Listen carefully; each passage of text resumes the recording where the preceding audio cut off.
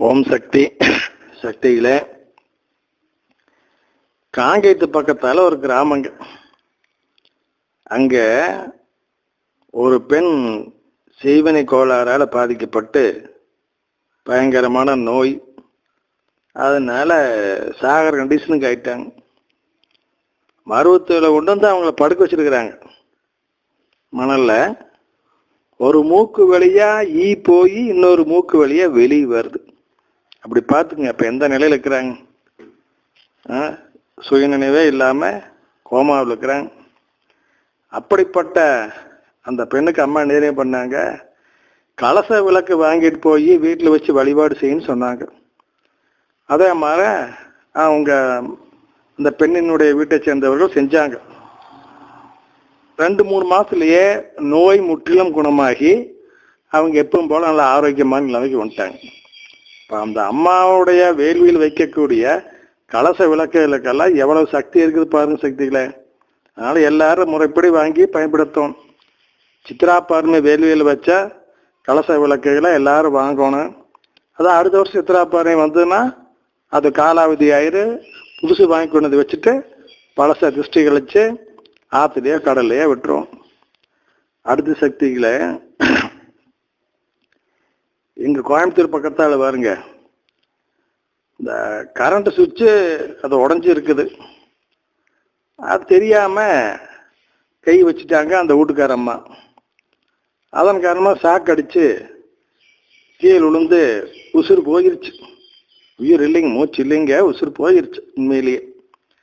ஆனா குடும்பமே அம்மாவுடைய பக்தர்கள் என்ன பண்றாங்க, அந்த புணமா கிடக்கிற அந்த பெண்ணினுடைய மகனும் கணவர் மற்றவங்க எல்லாரும் சேர்ந்து இடைவிடாம அம்மாவுடைய மூல மந்திரத்தை சொல்லிக்கிட்டே இருக்கிறாங்க.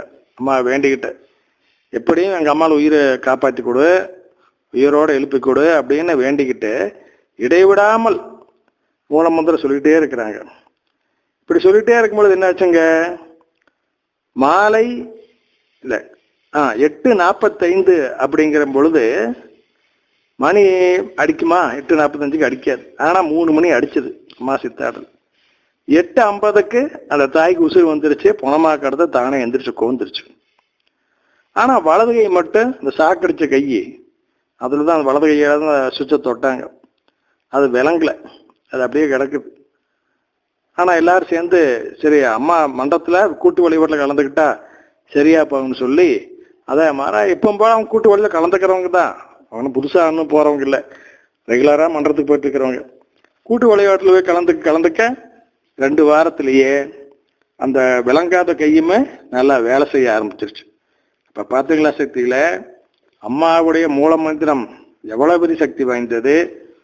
கூட்டு வழிபாடு மன்றத்தினுடைய கூட்டு வழிபாடுல கலந்துக்கோன்னு அம்மா சொல்லிட்டே இருக்கிறாங்க. நம்ம தான் போய் கலந்துக்கிறது இல்லை. அதுக்கு எவ்வளவு சக்தி பார்த்தீங்களா. கூட்டு வழிபாட்டில் கலந்து கொண்டால் கோடி நன்மைகள் கிடைக்கும், உன்னுடைய பல வினைகள் மாறும் அப்படின்னு அம்மா சொல்லிக்கிறாங்க சக்திகளை. அதே மாதிரி பாருங்க, இன்னொரு முக்கியமான நியூஸ் குறிச்சே நீங்க வச்சுக்கலாம். நம்ம மருவத்தூர்ல கருவறையில அம்மா சிலை இருக்குது இல்லைங்களா, ஆதிபராசக்தியினுடைய சிலை. அது எந்த வருஷத்துல பிரதிஷ்டை பண்ணாங்கன்னு தெரியுமா? கருவறையில 1977ஆம் ஆண்டு கார்த்திகை மாதம் பௌர்ணமி என்று அந்த சிலை கருவறையில் மருவத்தூரில் நிறுவப்பட்டது. 1977 கார்த்திகை பௌர்ணமி. அடுத்து பாருங்க சக்திகளை, இன்னொரு பக்தருடையக்கு எப்படி அம்மா உதவி செய்யறாங்கன்னு. அவங்க கனவுல போய் அம்மா சொல்றாங்க, மகளே உடனடியாக வீட்டை காலி செய், இல்லாவிட்டால் 3 பிணம் விழுகும் அப்படின்ட்டு போயிட்டாங்க. சரி அப்படின்னு இவங்க அதுக்கு ஏற்பாடு பண்றாங்க. அதுக்குள்ள என்னாச்சு, பள்ளிக்கூடம் போன புள்ள சைக்கிள்ல போகுது ரெகுலரா, அந்த புள்ள மேல ஒரு வேன் கொண்டு வந்து இடிச்சு அது பெரிய விபத்தாகி போச்சு. அப்புறம் அதை ஆஸ்பத்திரி கொண்டு போய் போட்டு காப்பாத்திட்டாங்க. வீட்டில் பால் கறந்துட்டு இருந்த எருமை திடீர்னு செத்து போச்சு. ரொம்ப காலமா பூஜை ரூமுக்குள்ள இருந்த பள்ளி, பெரிய பள்ளி, அது செத்து போச்சு. அடுத்ததுங்க 2வது மகளுக்கு திடீர்னு வைத்த வலி, வறண்டு அழுகுது. ஆஸ்பத்திரி கொண்டு போய் தீவிரமா சிகிச்சை பண்றாங்க. பாசிட்டிவ் ரத்தம் வேணும், அது கிடைக்க மாட்டேங்குது. அதுக்கும் அம்மா உதவி செய்யுது.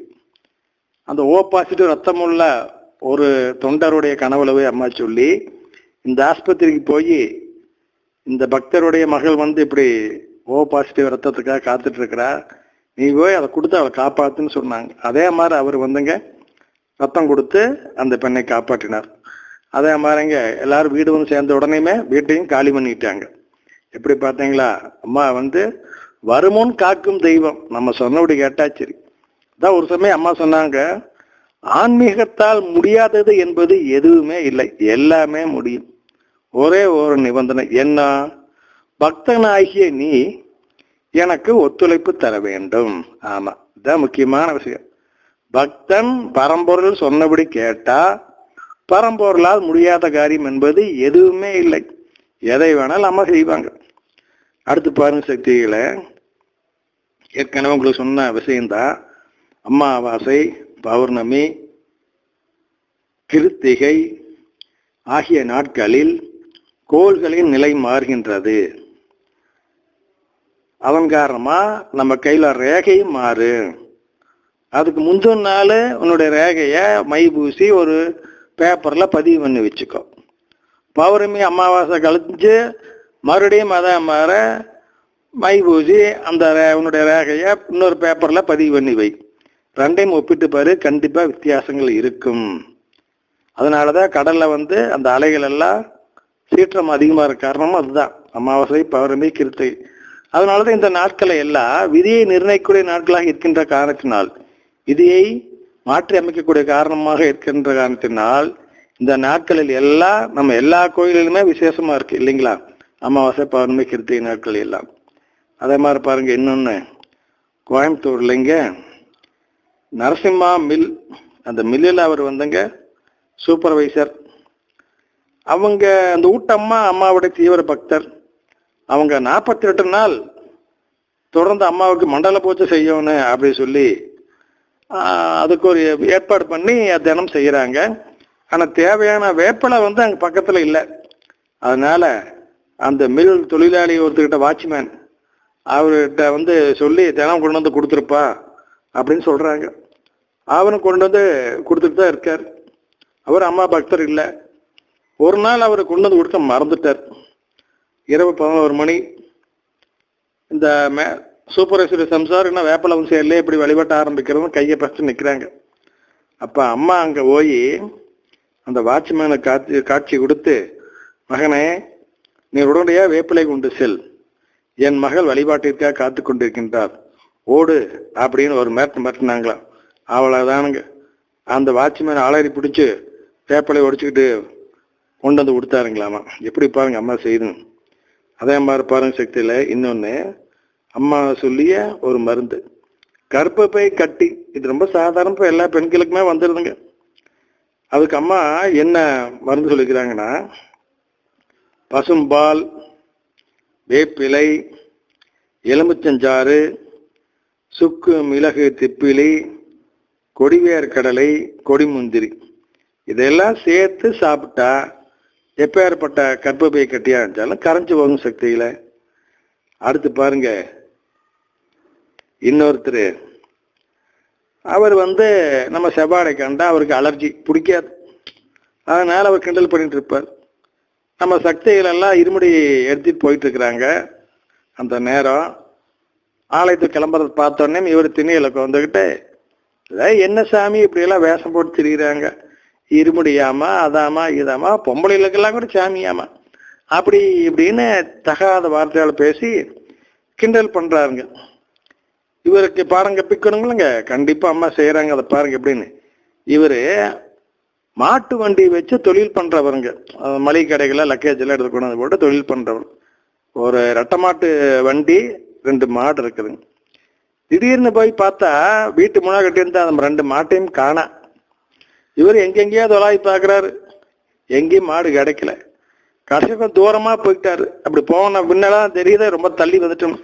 அப்ப எங்கிருந்தோ ஒரு பெரிய நாகம் வந்து இவரை துரத்துது. இவரு அதுக்கிட்ட தப்பிக்கிறக்க பலவாறு அங்கேயும் எங்கேயும் எல்லாம் ஓடி ஓடி பார்க்கிறாரு, அது விடாம துரத்துது. கடைசியில இவர் அறியாம பயத்துல ஓம் சக்தி என்னை காப்பாத்து, ஓம் சக்தி என்னை காப்பாத்துன்னு சத்தம் போடவே ஓடியான்ட்டார். அந்த பாம்பு திரும்பி போயிடுச்சு. வீட்டுக்கு வந்து தண்ணி குடிச்சு ஆசுவாசப்படுத்திக்கிட்டு அப்புறம் அம்மாட்ட மன்னிப்பு கேட்டுட்டு, தெரியாம பண்ணிட்டேன், இப்படி மாடு கிடைச்சிருச்சுன்னா 2 மாடுமே நானுமே இருமுடி கொண்டுகிட்டு வர்றேன் மருவத்தூருக்கு அப்படின்னு வேண்டிக்கிட்டு படுத்துட்டார். இந்த ஓடுனார அந்த ஓட்டத்துல அசதியில் தூங்கிட்டார். அவருடைய கனவுல நம் குரு பகவான் வந்து, அவர் பேர் தங்கேஸ்வரன், தங்கேஸ்வரா மாடு வந்துருச்சு, பிடிச்சி கட்டு, முன்னால் நிக்குது பார் அப்படின்னு எழுப்பிட்டு போயிட்டாங்க. அதே மாதிரி ஒரு திடுக்கிட்டு எந்திரிச்சு பார்த்தா காணா போன 2 மாடுமே எப்போ போல கடுத்தல் நிக்குது. அப்புறம் மாட்டை 2 முடிச்சு கட்டிட்டாருங்க. எப்படி பார்த்தீங்களா அம்மா ட்ரீட்மெண்ட் பண்றாங்கன்னு? ஓம் சக்தி.